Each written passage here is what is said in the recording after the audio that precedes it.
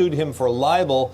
And the Justice Department said, nope, sorry, we're going to take this case to federal court, and you can't sue the president because he was acting in his official capacity, and there's a law that says you can't sue the government for libel. So the judge said that's wrong today. He said that's wrong on 2 counts. First, the president isn't covered by this law because it only applies to employees of federal agencies, and the president isn't one. Secondly, it only applies to employees acting in their official capacity. Now, the government's argument had been that when the president, speaking to White House reporters, denied this, he was acting in his official capacity because there's a public interest in knowing about the president's character. And the judge said today, nope, that has nothing to do with his official capacity. People might be interested in what happened, but that's nothing to do with the government's business. Now, if the government had prevailed here, Jean Carroll, her lawsuit would, in essence, be a dead letter because you can't sue the government for libel. This keeps the lawsuit alive. I would think the Justice Department unquestionably will appeal this decision. For part of the reason is that no judge has ever determined before whether a president is a federal employee. This law has been applied to presidents in the past, but courts have just sort of assumed that presidents are covered by it. So this does seem to be a case of first impression where the courts are actually trying to struggle with who this law applies to. Thank you for checking out our YouTube channel. Why don't you subscribe? It's really easy. Just click on that button down there. And for more news from MSNBC, click on any of these. Привет! Добро пожаловать на канал Geekbrains. Здесь мы... Вот можешь, you may yes. I just don't agree that yes. Actually, if I have my wife, I don't agree that anybody. Yeah, at least many people. Yeah, just yeah. But you got me. I guess so. Yeah.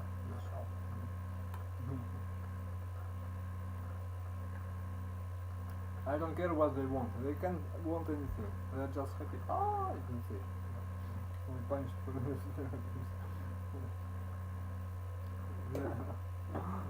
Yeah, maybe. Да. Ладно, не надо. So, yeah.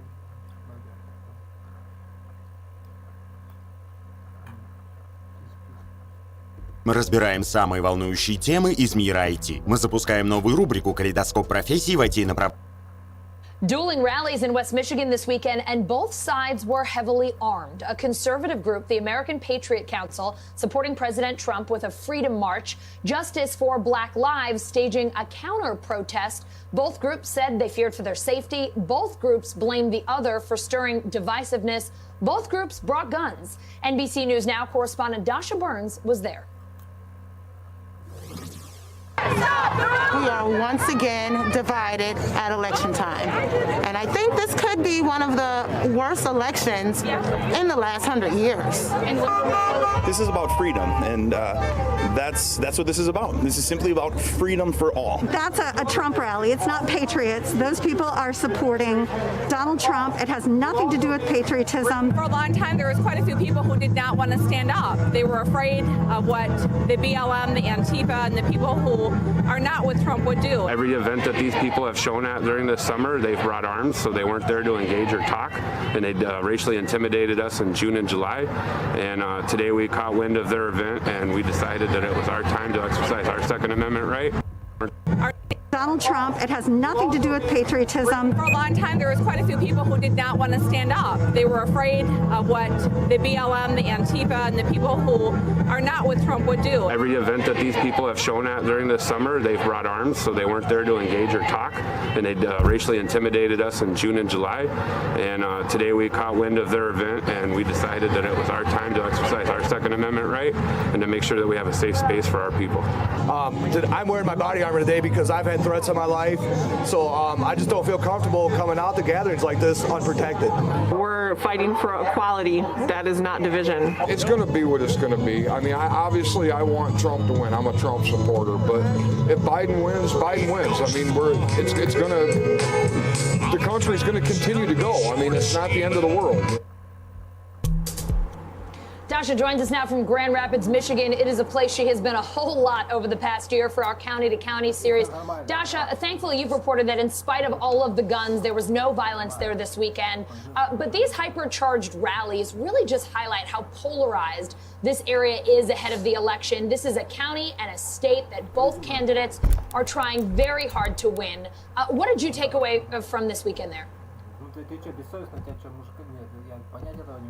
Hey, Allison, that's right. Thankfully, no violence. This scene that you just saw unfold happened in Allendale. It's just next door, about a 20-minute drive from Grand Rapids. And just to paint how surreal the scene was, in between these two dueling rallies with armed individuals on both sides, there was a family at the park playing pickleball. So Michigan just has a whole lot going on right now. And I think what we saw over the weekend was how the deep division is really manifesting on the ground here in this area that is so politically important and where tensions and stakes are incredibly high. Look, both of these groups were ideological opposites. On one side, you had a lot of Trump support. You had some militia members. On the other side, you had racial justice activists who brought security in the form of an anti-fascist organization that came with their own rifles as well. And both sides told me that they were nervous about what might happen. They were concerned for their safety.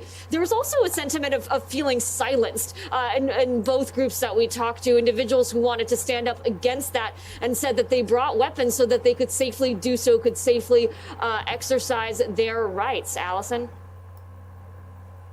Dasha, what else are voters there concerned about on the right and on the left as we head into this last week before the election? What issues are they talking to you about? Of course, Election Day was not far from anyone's mind, and it was interesting. Both concerned about Election Day. On the right, there was more concern about protecting the vote.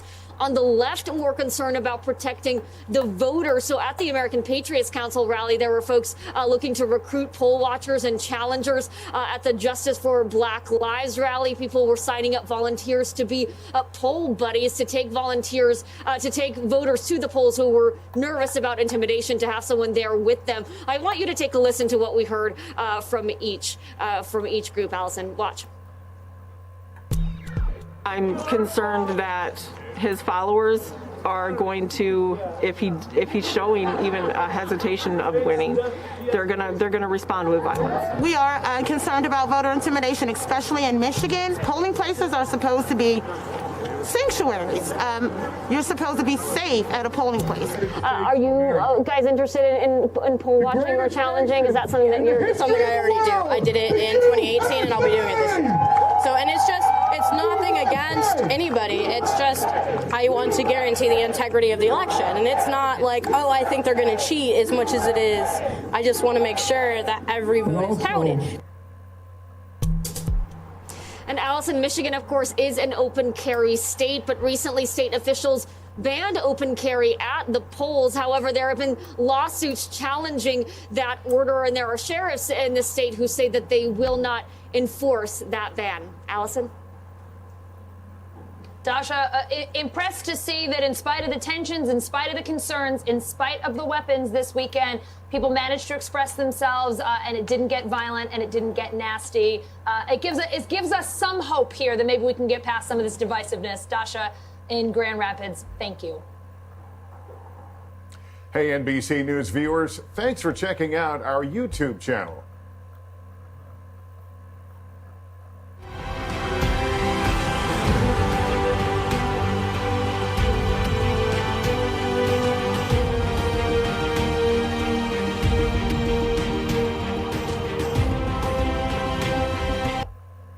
Joe Biden, meanwhile, 1 week out from Election Day, will be in the state of Georgia.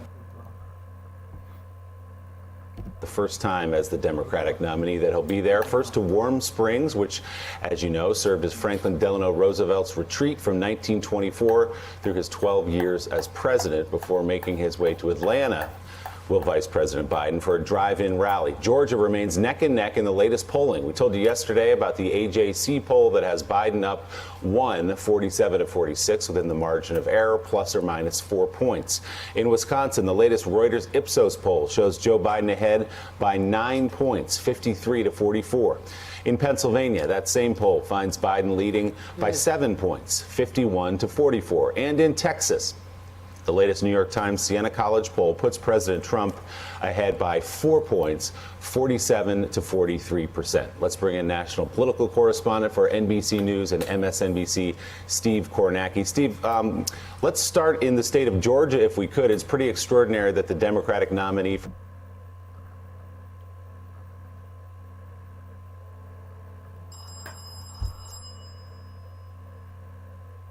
Да, мам, привет.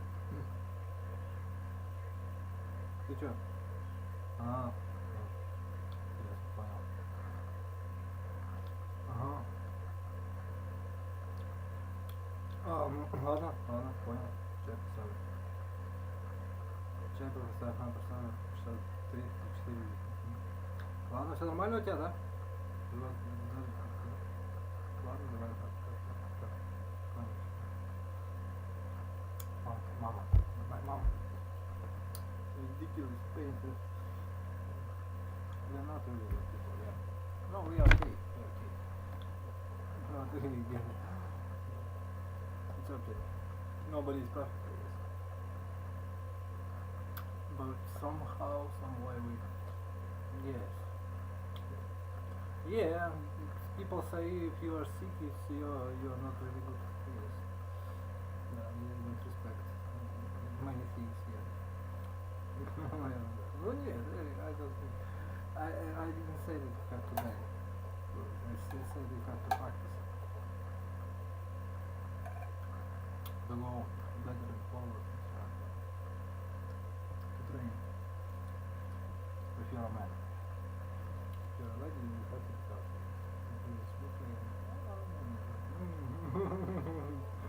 And pregnant, yes, sometimes. Yes, very nice idea. Это не русский культура.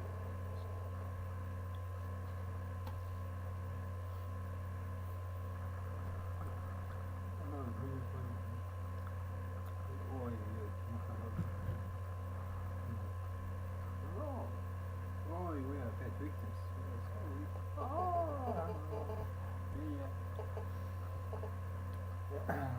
Till then, you can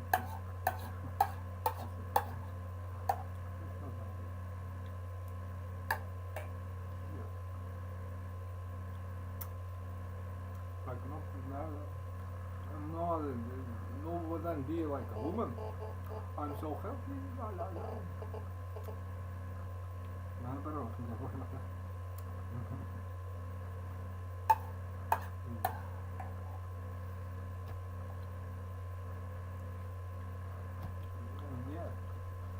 yeah, the human race, blah blah blah.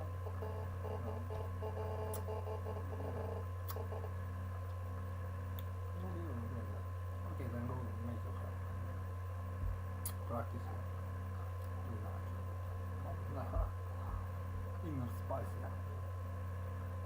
Just the same.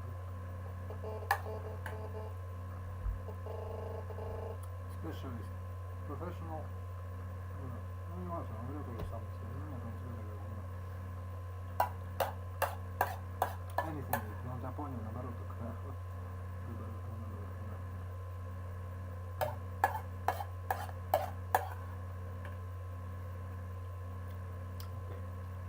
Ну наоборот, ну нам, да. So it's, I think that, yeah. It's up to you. Oh yeah. I just do this.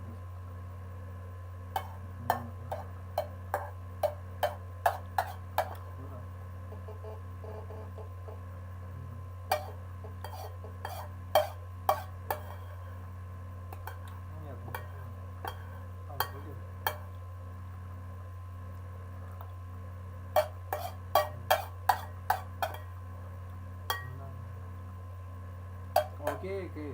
Everything is good, то, чтобы ты health, да. Все здоровье только занимается, да. Only health. No, pretend, no, nothing. So, да, okay.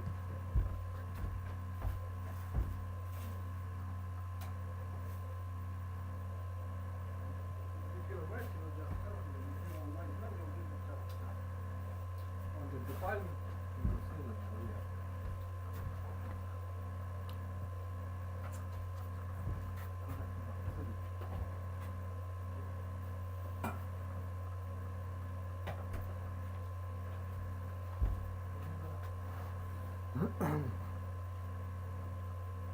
Yeah. It may sound stupid, but terrifically. For president 1 week out is in Georgia, of all places. I don't agree that you love women, and that's why you have to work and you have to and so on. Yeah. I just don't. Yeah. It's not true. Yeah. It's not nice. Да. Ну, не будем. Позагивать, да. Будем.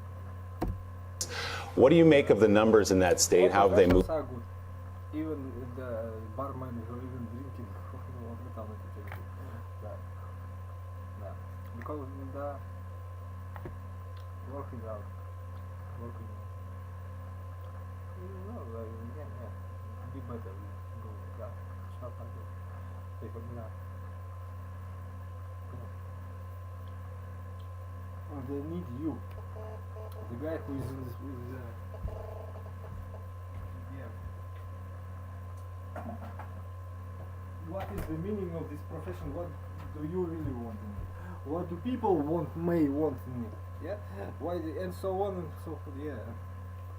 And make it better. And yeah. There is no other ways. As I would say.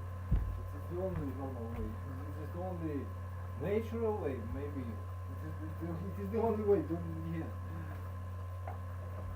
Ну да.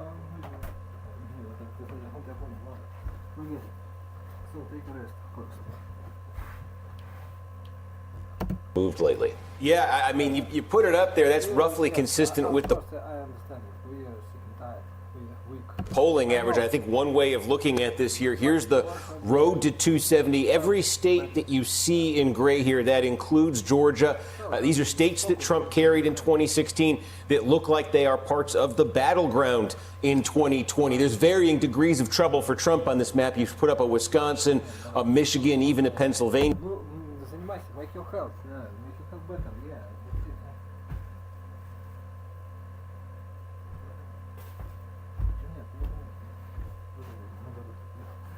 Yeah, those are the three states in this grouping where his numbers are the weakest right now. You know, a state like Texas is looking competitive, but Trump's poll numbers are better there than they are in the Midwest. But basically, the way to look at this map, at least the way that I do, is there are a couple states here that you see as blue: New Hampshire, Minnesota, and Nevada. These are states the Trump campaign has talked about flipping. Blue states Clinton won in 2016. They've talked about flipping. So you don't have a choice, actually. Just do better. Do better. And don't survive. I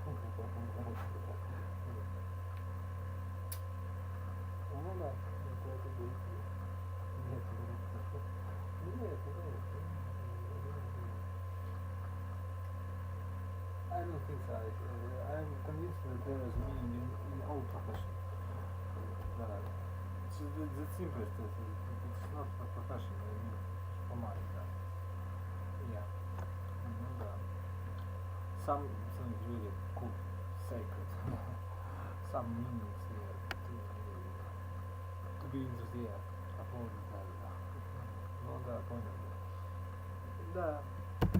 You're not seeing it in the polls right now, so barring that, barring Trump's ability to flip one of those states I just circled, it is all about Trump playing defense in these states right here. We took you through it last time I was on a few days ago. If he just loses, Trump does, Wisconsin, Michigan, Pennsylvania, that would put Biden over 270. A loss in a state like Georgia, for instance, I could just show you, if that were ever to turn blue, you see Biden would be then sitting at 248. And then if you just went through the Midwest here, there's Wisconsin, there's Michigan. Even without touching Pennsylvania, a state like Georgia +2 in the Midwest would put Biden over 270. There are scenarios here for Trump. We can get into them. But the bottom line is he is playing defense in an awful lot of places here with a week to go. So, Steve Kornacki, let's talk about election night. A lot of people are talking about, hey, we're not going to know. То есть это что, сговор прессы, что ли? Просто они не любят, ну да, я понял, они просто деньги. кажется, и мне не касается. А что они не показывают другой вариант? Когда? Ну как-то так, это да. Взято мнение, ну как-то да. Не знаю. The outcome of this race for, a month, maybe 2 months. But on election night, we're going to learn fairly early, maybe even by the end of the evening, what's happened in Arizona, what's happened in North Carolina, and of course, what's happened in Florida. I mean, we're going to know most likely by 9 p.m. with all the early votes counted in Florida. We're going to know the shape of that race by 9 p.m. See how fascinating that's going. If Joe Biden wins any one of those 3 states, and if we assume what the 2 campaigns have assumed, that Biden has Wisconsin and Michigan locked down, is that enough for Joe Biden? Yeah, take a look at a couple different scenarios here. You mentioned Florida, right, and how it'll work outside the panhandle, basically 7 o'clock Eastern. In that first half hour, we think we're largely going to get the early vote and the mail-in vote, and then the same-day vote not that long after. If past his prologue here, you're going to come in for Florida. At 7:30, you're going to get North Carolina. I'll add another state here that I think you're going to get substantial results from. That's Ohio. The polls close at Ohio at 7:30 in Ohio. Unlike a lot of these other states we're talking about in the Midwest, they do allow the processing of ballots ahead of time. That's a process that's underway in Ohio. So there's the potential to get a readout from Ohio. As you say, late at night, we might get something from Arizona. Texas might be producing numbers too. Again, look, if you start with Michigan and Wisconsin going blue. I know the Trump folks will contest that at this point, but just for the sake of playing out these scenarios, if you start with Michigan and Wisconsin going blue, a Florida would certainly put Biden over the top. We just said a Georgia would put Biden over the top. A North Carolina would put Biden over the top. If you get out west in Arizona by itself, that would not put Biden over the top. You see, that would put him at 269 on the cusp of things. When you see that, that's when you need to start talking about this. Nebraska, they do the electoral votes by congressional district. Notice that one of these is gray here. 2nd Congressional District of Nebraska, it's basically Omaha. Trump barely hung on there in 2016. He won it by about 3 points. The polling that's available there suggests Trump's probably an underdog there right now, if anything. So if you gave that to Biden, again, that would get him to 270. We didn't touch Florida. We didn't touch Arizona in this scenario. That's what we mean about a lot of paths. When you're ahead 8 nationally, there are going to be a lot of potential paths. Thanks for checking out MSNBC on YouTube, and make sure you subscribe to stay up to date on the day's biggest stories. And you can click on any of the videos.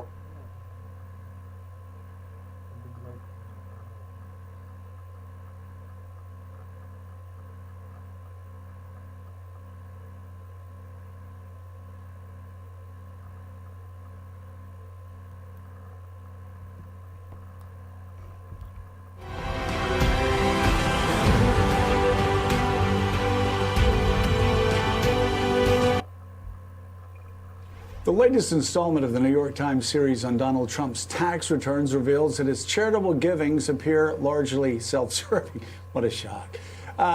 Trump's financial records show that much of the charitable commitments came from land deals that offset his income. The paper writes this, quote, the vast bulk of his charitable tax deductions, $119.3 million worth, came from simply agreeing not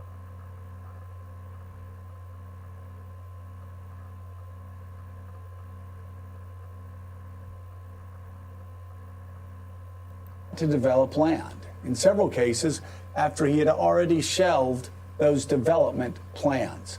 Meanwhile, Global Citizen reports that during the pandemic, billionaires' fortunes reached a total of $10.2 trillion. That's the highest amount of money ever owned by the world's wealthiest.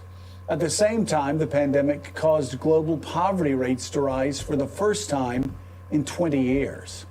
With that in mind, as Forbes to rise for the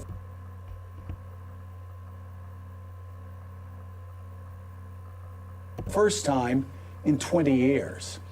With that in mind, as Forbes unveils America's 400 list of wealthiest people, for the first time, it's changed the way it measures philanthropy as part of the ranking. Let's bring in Chief Content Officer for Forbes, Randall Lane, CEO of Global Citizen, Hugh Evans, and Chairman of the Board of Directors for Global Citizen, and a managing partner at CVC Capital, Chris Stadler. Thank you all three for being with us.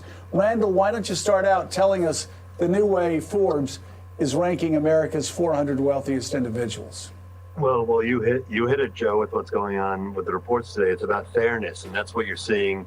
You know, a lot of the political tumult and a lot of the resentment of how success. You know, we have billionaires, American billionaires, that made about $700 billion since the bottom of the pandemic as the market's gone up. And so what we're doing now, we've been measuring philanthropy since 2018, is that now we're now measuring based on how much you're actually giving today to help the problems of today, not to park in a foundation, not to put in a donor-advised fund and that's myopic and nobody can see what's going on with it, not to pledge, but to actually put money to solve the problems of today. Candy K. Hugh, I was just, on the whole question of philanthropy, we've all seen the numbers of how much billionaires have made.